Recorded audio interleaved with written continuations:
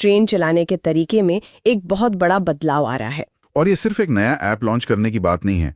जब हम इन दस्तावेजों की गहराई में जाते हैं तो पता चलता है कि ये रेलवे के पूरे कह सकते हैं नर्वस सिस्टम को बदलने की कोशिश है। नर्वस सिस्टम, ये तो बड़ा शब्द है। हाँ, क्योंकि हम कागज, रजिस्टर और वायरलेस की दुनिया से निकल रहे हैं और एक रियल टाइम सेंट्रलाइज्ड डेटा की दुनिया में जा रहे हैं।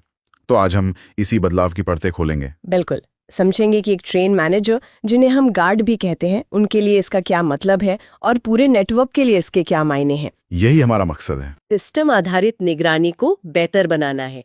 इसमें 3 चीजों पर बहुत जोर है: सीटीओ, सीएमओ और यात्रा के दौरान की असामान्यताएं। अब ये शब्द सुनने में तो बड़े सरकारी लगते हैं, सीटीओ, सीएमओ। हैं भी सरकारी, लेकिन इनका मतलब बहुत सीधा है। आप इसे किसी भी ट्रेन यात्रा की कहानी के 3 अध्याय समझिए। अच्छा, कैसे? सीटीओ यानी चार्ज टेकन ओवर, यह कहानी की शुरुआत। बीच का सफर और उसकी मुश्किलें, वो हो गई असामान्यताएं। और अंत में सीएमओ यानी चार्ज मेड ओवर, जब यात्रा खत्म होती है। ठीक है, शुरुआत, मध्य और अंत। बिल्कुल। अब तक क्या था कि यह कहानी कागज पर बिखरी रहती थी। अलग अलग रजिस्टर में कंट्रोल रूम तक पहुंचने में समय लगता था। हाँ। अब ये एक सिंगल डिजिटल रिकॉर्ड बन रही है, जिसे कोई भी अधिकृत व्यक्ति कहीं से भी तुरंत देख सकता है। तो चलिए इस कहानी की शुरुआत से ही शुरू करते हैं। एक ट्रेन मैनेजर अपनी ड्यूटी पर आता है। ऐप के डैशबोर्ड पर एक बटन है, क्रू साइन ऑन। जी, पहला कदम। साइन ऑन करने के बाद मैनुअल कहता है कि उसे क्रू करंट स्टेटस पर जाना है और यहीं से असली काम शुरू होता है, जिसे सीटीओ कहा गया है, यानी ट्रेन का चार्ज लेना। और यहीं हमें पहला बड़ा बदलाव दिखता है। पहले क्या होता था? एक रजिस्टर होता था, उस पर दस्तखत करने होते थे कि मैंने ट्रेन नंबर X का चार्ज इतने बजे लिया। हाँ, बस। अब ये पूरी तरह से डिजिटल है। और इसमें भी कोचिंग ट्रेन मतलब पैसेंजर ट्रेन और मालगाड़ी के लिए प्रक्रिया थोड़ी अलग अलग है। हाँ, ये मैंने भी देखा मैनुअल के स्क्रीनशॉट में। पैसेंजर ट्रेन के लिए तो सिर्फ ट्रेन नंबर और लोको नंबर डालना है, सीधा साधा। लेकिन मालगाड़ी के लिए लोको नंबर के साथ साथ एक बीपीसी नंबर भी डालना होता है और बीपीसी के लिए क्यूआर कोड स्कैन करने का भी विकल्प है।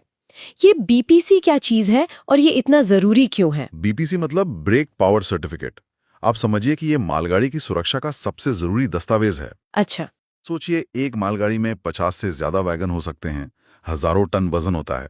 बीपीसी ये पक्का करता है कि हर वैगन का ब्रेक सिस्टम ठीक से काम कर रहा है और पूरी ट्रेन सुरक्षित रूप से रुक सकती है।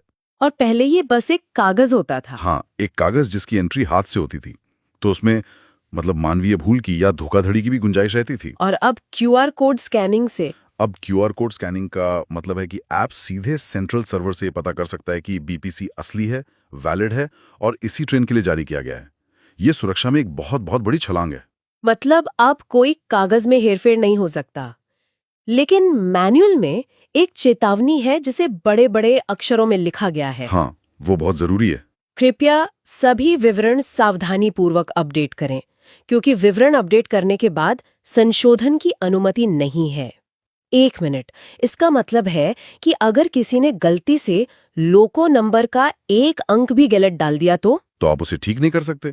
तो क्या पूरी यात्रा का डेटा ही खराब हो गया? ये तो बहुत ही सख्त नियम लगता है। ये सख्त लगता है और शायद शुरू में हो भी, लेकिन इसके पीछे एक बड़ी सोच है। देखिए, रेलवे का पूरा सिस्टम डेटा की सच्चाई पर चलता है। अगर आप डेटा को बार बार बदलने की आजादी देंगे तो उसकी विश्वसनीयता ही खत्म हो जाएगी। ये नियम ट्रेन मैनेजरों पर एक जिम्मेदारी डालता है कि वे पहली बार में ही सही जानकारी डालें। मतलब ये सिस्टम कह रहा है, जो हो गया सो हो गया, अब इसे रिकॉर्ड करो। बिल्कुल। लंबी अवधि में ये डेटा एंट्री में एक अनुशासन पैदा करेगा। और इसी अनुशासन को और मजबूत करने के लिए एक और फीचर है, सीटीओ का समय। मतलब चार्ज लेने का जो वक्त है वो मैनेजर खुद नहीं डाल सकता। नहीं। जैसे ही वो अपडेट डिटेल्स पर क्लिक करता है, ऐप सर्वर से रियल टाइम उठाकर उसे लॉक कर देता है। इसमें 1 सेकंड का भी हेरफेर मुमकिन नहीं है। और ये एक छोटा सा फीचर है, लेकिन ये उन अनगिनत विवादों को खत्म कर देता है जो पहले होते थे। जैसे तुम ड्यूटी पर लेट आए थे, नहीं मैं तो टाइम पर था, रजिस्टर में गलत टाइम लिखा है। ये सारी बहसें अब खत्म। अच्छा। अब एक ही सच है और वो है सर्वर का सच। जब आपको डेटा का विश्लेषण करके पूरे नेटवर्क की एफिशिएंसी सुधारनी हो तो आपको ऐसे ही सटीक और निर्विवाद डेटा की जरूरत होती है। ठीक है, तो ट्रेन मैनेजर ने चार्ज ले लिया, बीपीसी स्कैन हो गया, सर्वर ने टाइम भी लॉक कर दिया और ट्रेन चल पड़ी। सब कुछ ठीक है। लेकिन रेलवे का काम तो अप्रत्याशित होता है। बिल्कुल। मान लीजिए बीच रास्ते में इंजन से कोई अजीब आवाज आने लगे या सिग्नल में कोई समस्या दिखे तो मैनेजर क्या करेगा? क्या वो अब भी वॉकी टॉकी पर कंट्रोल रूम को बताएगा या ये ऐप यहाँ भी कुछ मदद करता है? यहीं पर इस ऐप का दूसरा सबसे शक्तिशाली फीचर सामने आता है। कौन सा? Report abnormality. और ये सिर्फ एक मैसेज बॉक्स नहीं है, ये एक पूरी संरचित मतलब स्ट्रक्चर्ड रिपोर्टिंग प्रणाली है। स्ट्रक्चर्ड कैसे? या ट्रैक से जुड़ी है। फिर उसकी उपश्रेणी चुने जिससे समस्या और साफ हो जाए। और इसमें तस्वीर अपलोड करने का भी विकल्प है। ये तो बहुत काम का फीचर होगा। बहुत ज्यादा। सोचिए, अगर ट्रैक पर कोई दरार दिखती है तो उसकी तस्वीर खींचकर तुरंत भेजी जा सकती है। एक तस्वीर हजारों शब्दों से ज्यादा बता सकती है। बिल्कुल। और जो असली गेम चेंजर है वो मैनुअल की एक लाइन में छिपा है। वो क्या है? लाइन है, संबंधित विभाग को स्वतः सूचना मिल जाती है। इस एक लाइन का मतलब समझिए। समझाइए। पहले किसी दूर दराज के इलाके में मान लीजिए ट्रक पर पेड़ गिर गया तो ट्रेन मैनेजर वायरलेस से स्टेशन मास्टर या कंट्रोलर को बताता, फिर वो कंट्रोलर इंजीनियरिंग विभाग को फोन करता। इसमें तो काफी समय लग जाता होगा। कीमती समय बर्बाद होता था। अब ट्रेन मैनेजर फोटो और लोकेशन के साथ रिपोर्ट सेव करता है और पास की मेंटेनेंस टीम को तुरंत उसके मोबाइल पर जियो लोकेशन के साथ एक अलर्ट मिल जाता है। ये घंटों के बजाय मिनटों में प्रतिक्रिया का अंतर है। इसका मतलब ये भी है कि पीछे आने वाली ट्रेनों को समय रहते रोका जा सकता है या दूसरे रूट पर भेजा जा सकता है। सही पकड़ा आपने।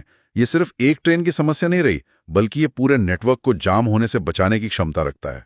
ये तो सिर्फ संचार नहीं है, ये तो एक तरह से आपदा प्रबंधन का एक नया मॉडल हो गया। बिल्कुल। और ये सब COA और FOIS जैसे सेंट्रलाइज सिस्टम से जुड़ा हुआ है। हमें इन सिस्टम्स के बारे में भी थोड़ी बात करनी चाहिए। हाँ, आपने शुरू में इनका जिक्र किया था। क्या है ये COA और FOIS और इस ऐप से इनका क्या लेना देना है? आप COA और FOIS को भारतीय रेलवे का दिमाग और तंत्रिका तंत्र समझिए। अच्छा। COA यानी कंट्रोल ऑफिस एप्लीकेशन पूरे देश में हर ट्रेन की लाइव लोकेशन और मूवमेंट को मॉनिटर करता है। और FOIS जो कि फ्रेट ऑपरेशंस इंफॉर्मेशन सिस्टम है, वो मालगाड़ियों की बुकिंग से लेकर डिलीवरी तक सब कुछ संभालता है। तो ये रेलवे का ब्रेन है? हाँ। अब तक क्या था कि ट्रेन मैनेजर से मिली जानकारी इन सिस्टम्स में हाथ से डाली जाती थी, मैनुअल एंट्री होती थी, जिसमें देरी भी होती थी, गलतियां भी होती थी। और ये चालक दल ऐप? ये ऐप उस गैप को भर रहा है।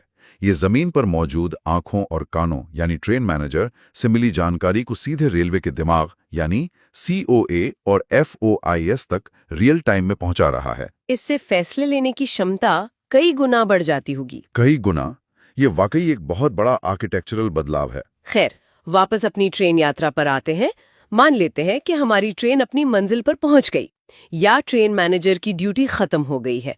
अब उसे ट्रेन दूसरे क्रू को सौंपनी है। अब क्या होगा? अब आता है यात्रा का तीसरा अध्याय, CMO यानी चार्ज मेड ओवर। CTO का उल्टा। बिल्कुल।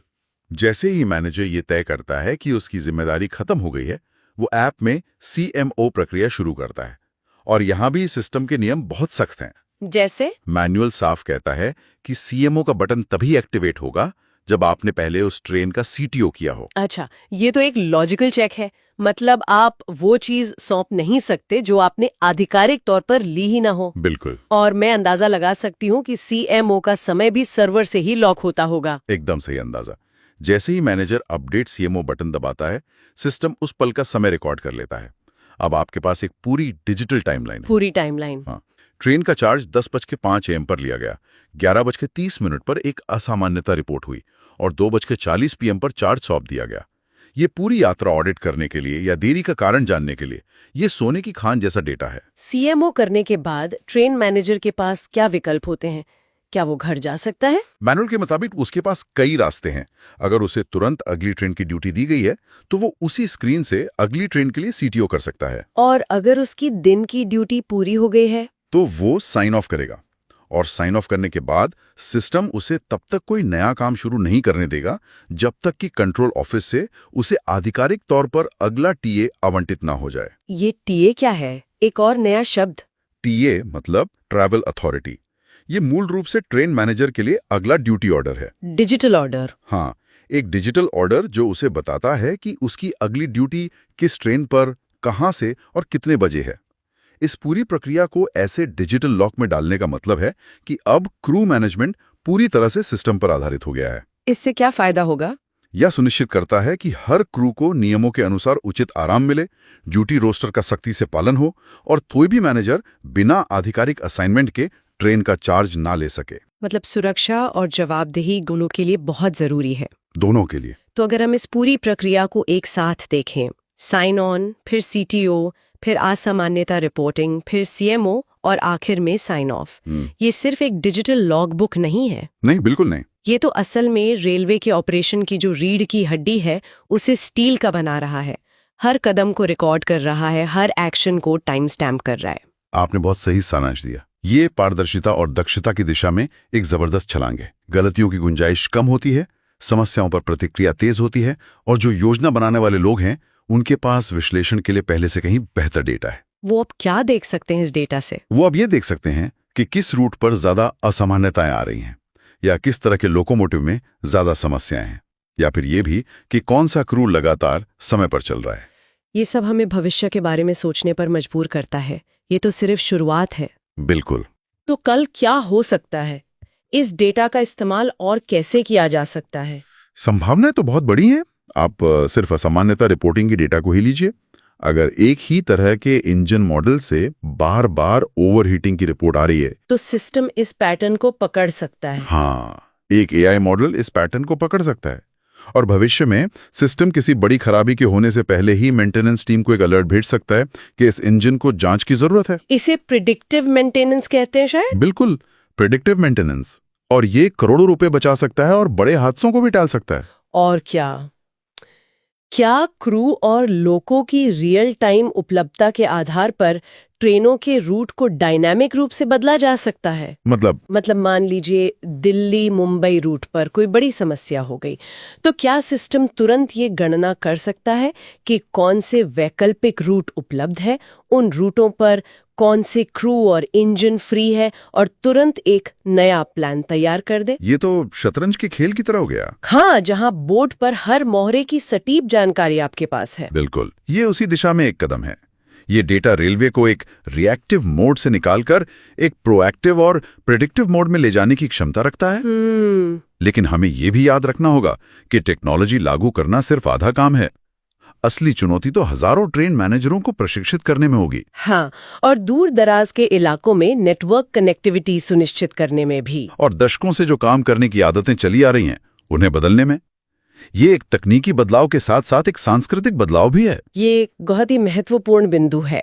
ये ऐप जितना शक्तिशाली है, इसकी सफलता आखिर में उन लोगों पर ही निर्भर करेगी जो इसे जमीन पर इस्तेमाल करेंगे। जी। ये देखना दिलचस्प होगा कि ये सिस्टम आने वाले सालों में भारतीय रेलवे के विशाल और जटिल ताने बाने को कैसे बदलता है।